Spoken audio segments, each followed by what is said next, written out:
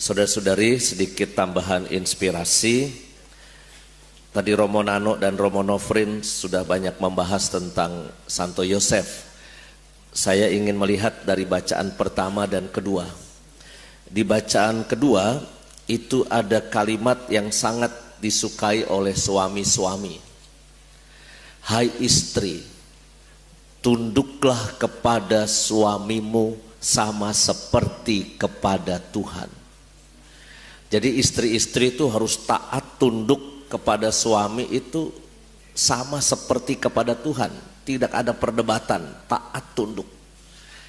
Wah, suami-suami manggut-manggut. Nah, itu baru ayat kitab suci yang benar. Tapi ada istri yang nyaut, Romo, baca yang detail. Sama seperti kepada Tuhan. Iya, kalau suami kita seperti Tuhan. Kalau suami kita kelakuannya kayak Tuhan, kita mau Romo taat dan tunduk. Tapi kadang suami kita kelakuannya masih jauh dari Tuhan.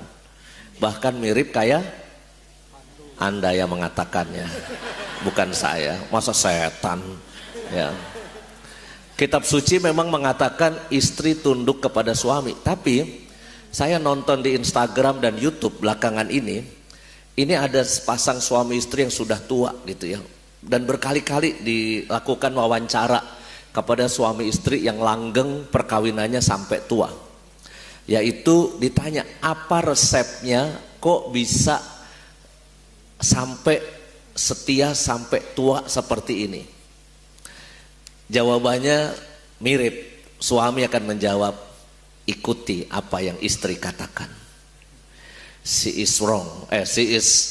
I'm wrong and she's always right. Dia selalu benar, saya salah. Maka ternyata salah satu resepnya untuk bisa setia sampai akhir itu ngikut istri ternyata. Itu dari wawancara yang ada di YouTube sama di Instagram. Istri-istri mulai manggut-manggut. Nah, itu baru kebenaran zaman ini ya. Walaupun kitab suci nyuruh kita taat kepada suami. Nah, maka saya kira cinta itu selalu ada kaitannya dengan taat ya. Kalau kita mencintai orang itu, kita akan taat. Tapi kalau kita nggak cinta, maka kita susah untuk taat ya. Saya cinta sama mama saya, maka apa yang mama saya minta, apa yang mama saya bilang, maka saya akan lakukan itu. Kalau saya suka ngelawan mama, maka berarti dikasih tanda tanya, benarkah engkau sayang sama mama? Karena kok ngelawan terus? Maka cinta itu dekat dengan taat ya. Kalau kita ngaku cinta sama Tuhan, ku mau cinta Yesus selamanya. Tapi kalau perbuatan-perbuatan kita bertentangan dengan perintah Tuhan, maka kata cinta itu, lagu itu yang dinyanyikan sambil meremelek ya, mungkin cinta sama Tuhannya masih tanda tanya, benarkah kita cinta sama Tuhan? Kalau saya cinta sama uskup saya, maka uskup saya nyuruh saya apapun, saya nurut, saya taat. Taat itu dekat dengan cinta. Suami istri, orang tua anak juga gitu ya. Kata cinta dekat dengan kata taat. Dari bacaan pertama ada yang bagus ya. Ternyata hormat dan memuliakan orang tua itu berkatnya berlimpah dan berkatnya jelas. Siapa di sini yang tidak ingin doanya dikabulkan sama Tuhan? Pasti semua bilang saya ingin doanya dikabulkan oleh Tuhan.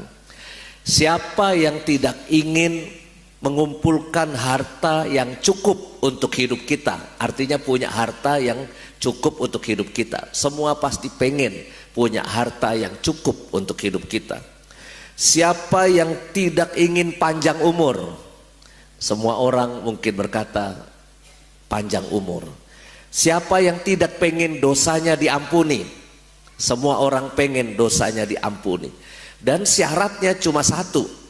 Di sini di bacaan pertama dari kitab Putra Sirat, menghormati dan memuliakan orang tua kita. Kalau kita tidak menghormati dan memuliakan orang tua kita, jangan ngarep doanya dikabulkan, jangan ngarep punya rejeki yang cukup, jangan ngarep panjang umur, jangan ngarep dosanya diampuni. Karena syarat 4 berkat itu ternyata dalam Putra Sirak itu adalah hormat dan memuliakan orang tua kita. Walaupun kadangkala orang tua kita makin tua itu kadangkala suka aneh-aneh, ya. Betul kata Romo Nano, makin tua kita akan suka berkata dulu dan suka cerita yang diulang-ulang. Kalau saya pulang dulu ke Tangerang, besuk bapak saya sebulan paling 2 kali, ya. Itu bapak saya selalu cerita hal yang sama. Dulu bapak ditembak oleh Jepang, ini buktinya. 2 minggu lagi saya datang, cerita yang sama. Dulu bapak ditembak oleh Jepang, ya. Maka ketika saya ke Jepang, Jepang dibom oleh Amerika, saya nggak terlalu sedih-sedih amat. Orang bapak saya ditembak sama Jepang, ya. Kalau Jepang nggak dibom sama Amerika, mungkin masih nyerang di mana-mana itu, ya. Maka bapak saya selalu suka cerita berulang-ulang. Dulu waktu bapak jualan kopi susu, punya duit beli kaos sepak bola untuk PS De Proy, kamu saya kasih nomor 10 seperti Lionel Messi dan Maradona. Walaupun saya jarang main, saya dianggap kurang pinter main bola, tapi kan anak donatur kaos bola yang beliin bapak saya, maka dikasih nomor 10. Maka bapak saya selalu cerita itu ngulang-ngulang.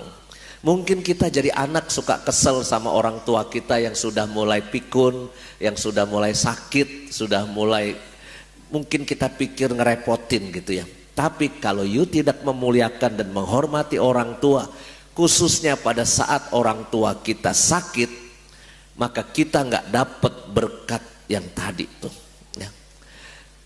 Lagu pujian untuk mama sangat banyak, lagu pujian untuk ayah sangat sedikit. Inilah tidak adilnya dunia.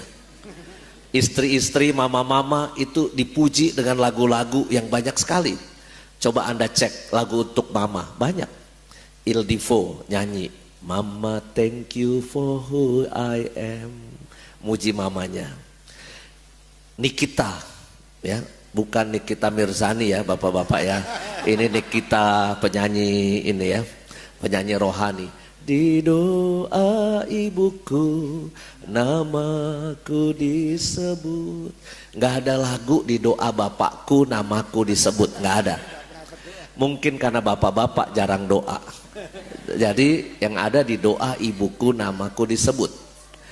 Sekolah keluar kota, keluar negeri, kangen sama orang tua, lagunya apa? Mother, how are you today? Ayah nggak pernah ditanyain kabarnya. Father, how are you today? Padahal yang transfer duit buat sekolah siapa? Ayah. Tapi yang dikangenin mamanya. Buat ayah, paling lagunya pas ayah sudah peot, sudah membungkuk, sudah tak berdaya. Bahumu yang dulu kekar, hitam terbakar matahari, kini kurus dan terbungkuk. Nah, kita membayangkan ayah kita yang seperti itu. Maka lagu pujian untuk mama sangat banyak dan tidak adil dibandingkan dengan untuk ayah. Dan itulah yang membuat saya tidak berani untuk menjadi suami, ya kayak gitu tuh. Kerja kerasnya banyak, dipujinya enggak gitu loh. Mama-mama kan dipeluk, disayang sama anaknya. Tapi buat saya, mari kita memuji dan memuliakan dan menghormati orang tua kita. Karena apa? Berkatnya banyak untuk hidup kita, ya. Mari kita mendoakan seluruh keluarga kita, apapun situasinya. Tidak ada keluarga yang sempurna, pasti ada error-errornya keluarga itu, ya. Pasti ada. Nggak ada keluarga yang 100% sempurna, nggak ada berantem, nggak ada salah, nggak ada sakit hati pernah.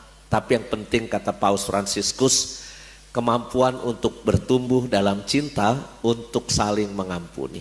Maka itu pesan di Hari Keluarga Kudus Nazaret ini.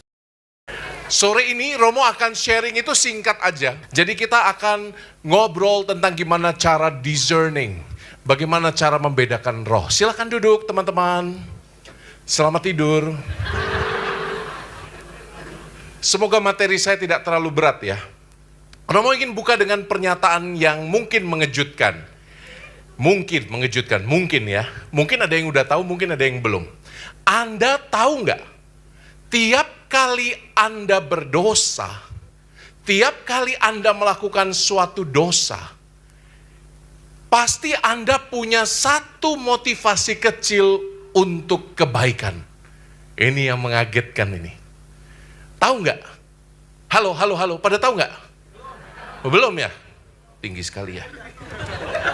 Anda tahu nggak? Tiap kali Anda itu buat dosa, pasti ada satu unsur kebaikan di dalamnya. Siapa yang udah tahu ini? Dan siapa yang mungkin bertanya-tanya, kok bisa Romo? Kok bisa? Kasih contoh, dosa apa yang paling sering dilakukan oleh para suami? Ibu-ibu, you know well. You know well. Apa yang sering your husband committed as a sin? Apa coba? Angkat tangan. Wife, istri. Ya, satu. Apa? Bohong. Yang setuju tepuk tangan. Kok bapak-bapak setuju kayak gitu ya toh? Kamu gimana? Siapa yang setuju bahwa laki-laki itu suka bohong, terutama suami Anda? Tepuk tangan para istri. Oh, lemah ya. Apalagi ibu-ibu, Anda tahu dosa suami Anda ada banyak itu. Apalagi bohong, apalagi? Angkat tangan. Ada rosario untuk yang beruntung. Hah? Emosi. Maksudnya emosi itu apa? Emosi itu netral. Oh, suka marah-marah. Yang itu karakter khas, itu karakter istri kali ya, lebih daripada suami. Benar gak sih?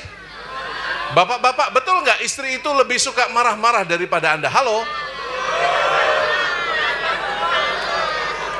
Ada yang bilang bahwa wanita itu adalah misteri terbesar kedua setelah Tuhan Allah. Jadi ini Tuhan Allah, lalu wanita.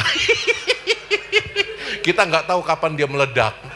Kita nggak tahu kapan siklus kalender biologisnya membuat dia menjadi makhluk yang sangat hormonal, sehingga senggol dikit, bacok. Bapak-bapak yang setuju dengan ini silakan teriak. 1, 2, 3. Lihatlah teriakan laki-laki yang banyak menderita itu. Lihat.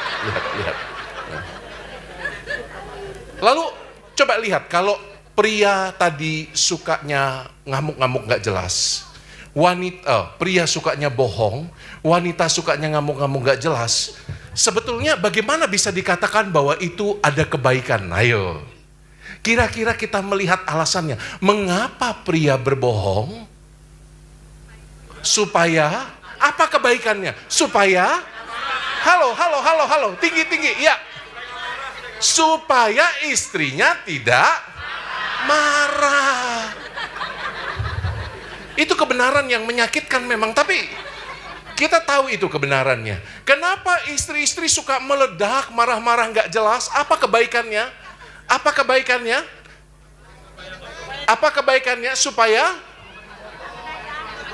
Supaya coba kita dengar dari para istri dulu. Supaya apa, Tante? Supaya diperhatikan.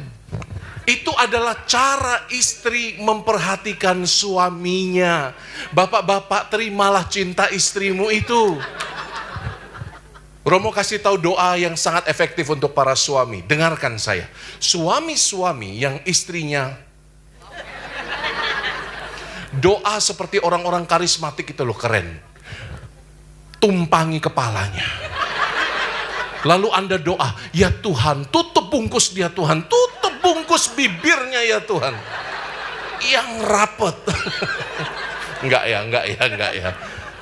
Romo hanya mau mengatakan, kadang-kadang kita berfokus hanya pada dosanya, tapi kita lupa bahwa ada hal baik di baliknya. Ini adalah ajaran dasar dari Santo Thomas Aquinas. Dia bilang sejahat apapun manusia, ketika dia berbuat sebuah dosa, itu adalah dorongan untuk melakukan satu kebaikan. Tetapi kebaikan yang menyimpang, kebaikan yang tidak sesuai dengan apa yang Allah kehendaki. Kan baik toh istri itu menceramahi suami? Iya toh? Kan baik istri itu marah kalau suaminya makan berlebihan. Lihat yang tidak punya istri, bebas makan. Saya mau makan sancam, saya mau makan indomie, saya mau makan nasi goreng 3 piring, tidak ada yang ngomelin saya. Tahu-tahu mati aja. Tapi lihat suami-suami yang banyak diocehin, yang micinnya ditarik dari peredaran, makan gak boleh pakai garam. Ada toh istri-istri seperti itu toh? Minyaknya diganti dengan kukus-kukusan. Sehingga lihat suami-suami yang tampak kurus, tua lebih awal, itu adalah korban perhatian dari istrinya yang berlebihan. Apa yang mau Romo katakan? Coba lihat, setiap struktur dosa pasti dia punya sesuatu yang baik di belakangnya. Hanya saja terdeviasi.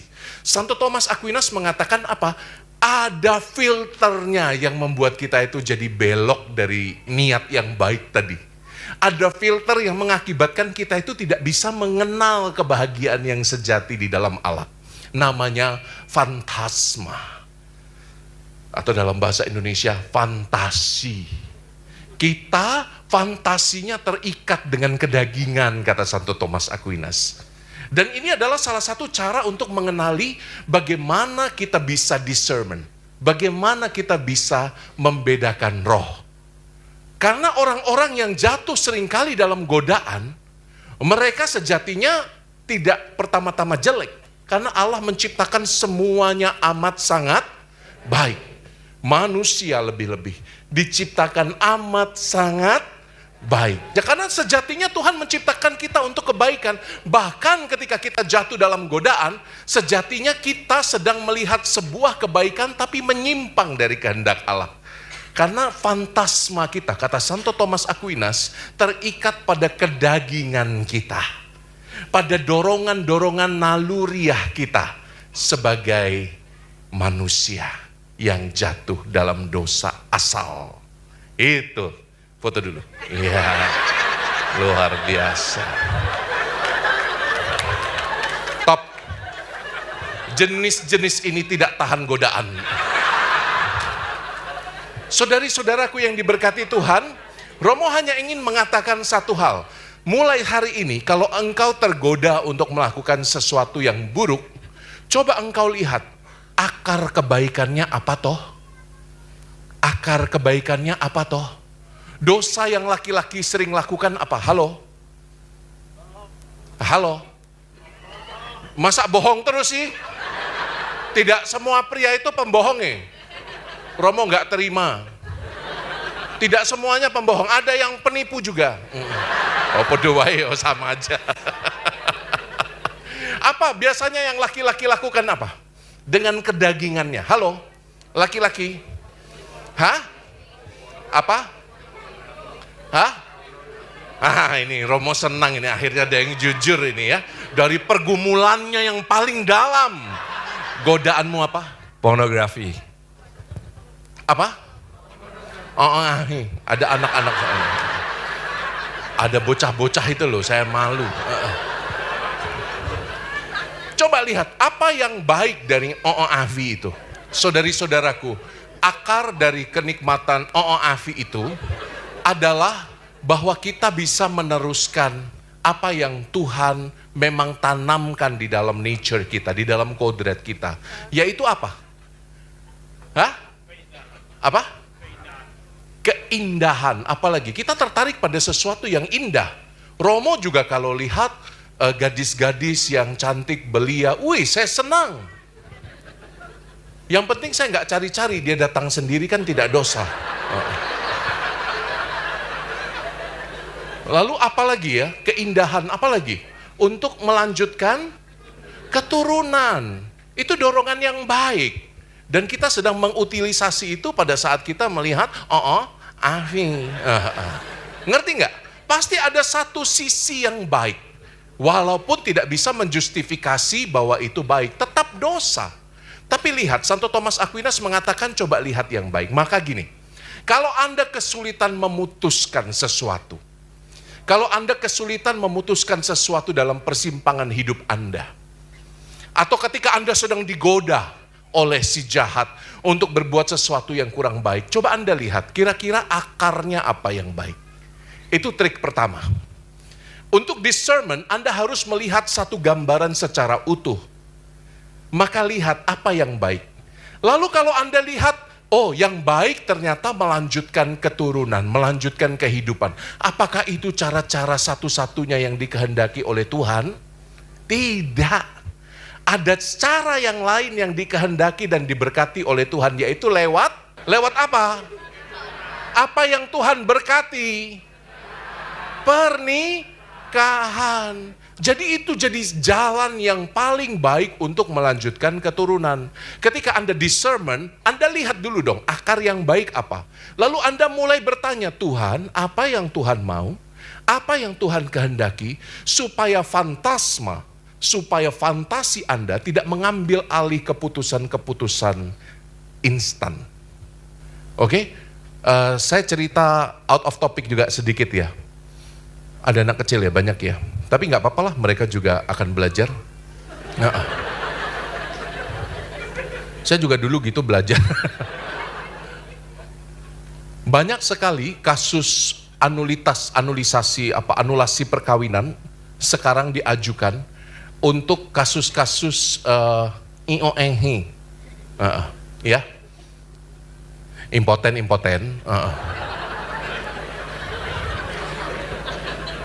Kalian ini O2N banget sih ah. Banyak sekarang anulasi dimintakan karena ternyata si pria sudah lama teradiksi OOAVI. Akibatnya IOH. Sehingga ketika menikah baru ketahuan tidak bisa. Karena secara psikis dia tidak mampu, dia terlalu addicted dengan itu. Sehingga istrinya tidak lagi menarik bagi dia. Lalu anulasi dimintakan. Sekarang rising numbers-nya itu. Maka untuk Anda yang tadi bilang OAH itu baik, itu untuk membuat bersemangat. Itu gara-gara itu banyak pernikahan hancur tahu. Jadi Romo hanya ingin mengatakan coba minta terapinya. Ajak terapi. Dibantu untuk itu. Ada aplikasi loh. Untuk melawan adiksi terhadap OOAH, terhadap alkoholisme, ada terapinya. Ya. Romo seringkali mendapat pertanyaan, Romo kalau saya ini sudah baca kitab suci, saya sudah melakukan refleksi, saya sudah menulis semua pergumulan-pergumulan batin saya Romo. Tapi saya tetap tidak menemukan apa yang Tuhan mau dalam hidup saya. Lalu saya harus apa Romo? Jawabannya gampang. Tanya pada orang lain. Gampang banget kan? Karena hari ini Tuhan itu kalau bersabda pada Anda, dia tidak membelah langit. Halo? Siapa namamu? Hah? Halo Mariana. Kalau kamu mendengar suara dari langit memanggil namamu, lari. Oke. Tuhan bersabda tidak seperti zaman para nabi-nabi. Dia bersabda hari ini lewat Roh Kudus yang bekerja di dalam diri orang-orang jemaat beriman yang lain. Apa kunci yang kedua untuk discernment? Komunitas. Ini bedanya gereja Katolik dan yang bukan Katolik menurut saya. Kalau Anda perhatikan secara umum, gereja yang belum Katolik, belum ya, saya tidak mengatakan bukan. Nah, suatu hari semuanya akan Katolik. Loh ya, saat Tuhan Yesus datang kedua kalinya semua lah Katolik toh. Jadi, coba lihat, gereja-gereja yang belum Katolik, liturgi penyembahannya selalu seperti seorang pribadi yang menikmati puji-pujian, penyembahan. Proses pengenalan kitab suci dilakukan pribadi saat teduh dan lain-lain. Itu bagus. Itu harus kita tiru. Karena pengenalan kitab suci pribadi personalnya sangat-sangat indah. Bandingkan sama orang Katolik. Tidak semua dari kita mengenal loh dengan baik. Tapi bahkan pengenalan personal yang sangat dalam terhadap firman Allah itu harus diafirmasi oleh komunitas. Itu pesannya. Ini juga pesan Romo kepada komunitas-komunitas karismatik yang seringkali berbahasa roh. Syara bara bara bara pahadada pahadada bara pahadada pahadada. Loh, kalau itu datang sebagai bahasa pujian yang memang dibangkitkan oleh Roh Kudus dalam dirimu, that's really okay. Karena sejak zaman bapak-bapak gereja awal, bernyanyi, bersenandung dalam roh itu juga bagian dari liturgi. Pada zaman-zaman bapak gereja ada catatannya seperti itu. It's okay. Tetapi jangan lupa, Santo Paulus mengatakan setiap bahasa roh harus diuji, ditafsirkan oleh komunitas untuk kebangkitan dan kebangunan jemaatnya. Maka kalau ada satu orang yang dapat karunia berbahasa roh, ada satu orang lain yang bisa menafsirkan bahasa roh. Oke? Maka ini pentingnya kita mencari kehendak Allah dalam komunitas. Pertanyaan Romo, komunitas Anda yang paling dekat apa? Satu? Halo? Keluarga terdiri dari? Inilah unit paling dekat dengan komunitas Anda. Maka kalau Anda ingin tahu apa pergumulan Anda untuk mengambil keputusan-keputusan besar, apakah sesuai dengan kehendak Allah atau tidak, setelah Anda berdoa di level personal, Anda bisa tanya di level komunal. What should I do? Aku mengalami ini. Tolong saya. Tapi kadang-kadang masalahnya di komunitas yang paling intim itu, justru kita enggan bertanya. Kerasa nggak? Kita merasa sudah tahu semuanya tentang orang ini. Dia tidak layaklah ku mintai pendapat. Ih, adikku lo kayak gitu. Ih, kakakku lo kayak gitu. Ih, bapakku lo kayak gitu. Kalau komunitas intimu, kamu tidak mendapatkan kepastian, pergi ke komunitas beriman yang lebih besar. Di mana? Halo, di mana? Di gereja. Orang-orang sahabat seiman yang dekat denganmu. Jadi Romo poinnya jelas ya. Yang pertama, kalau Anda sudah melihat akar kebaikan, Anda coba merasionalisasi. Yang kedua, kalau Anda sudah tidak bisa bergumul dengan dirimu sendiri, you butuh komunitas. Be open, dengan rendah hati mengatakan, help me out, tolong saya. Orang zaman modern dengan semangat individualistik jarang minta tolong. Di biara-biara kuno seperti Sistersian yang ada di Rowoseneng, di mana para rahibnya tidak bicara satu sama lain. Mereka pakai bahasa kode, tahu nggak? Karena memang di aturan hidup biarawan itu tidak boleh banyak omong. Tapi untung saya bukan Sistersian, jadi saya boleh banyak omong. Mereka rahib-rahib yang di Rowoseneng, mereka itu punya bahasa kode. Tahu artinya? Wanita pakai ginju, pakai lipstik, cantik. Jadi kalau Anda pergi ke pertapaan Rowoseneng yang jual banyak susu, kue keju itu, kalau Anda disambut dengan, wah, Anda bahagia karena Anda sedang dipuji. Wanita cantik. Kalau pria tampan bagaimana? Ya nggak ada, orang mereka cowok semua. Saudara-saudariku yang terkasih dalam Kristus, ini menurut saya di Rowoseneng itu punya tradisi yang keren. Mereka nggak punya cermin.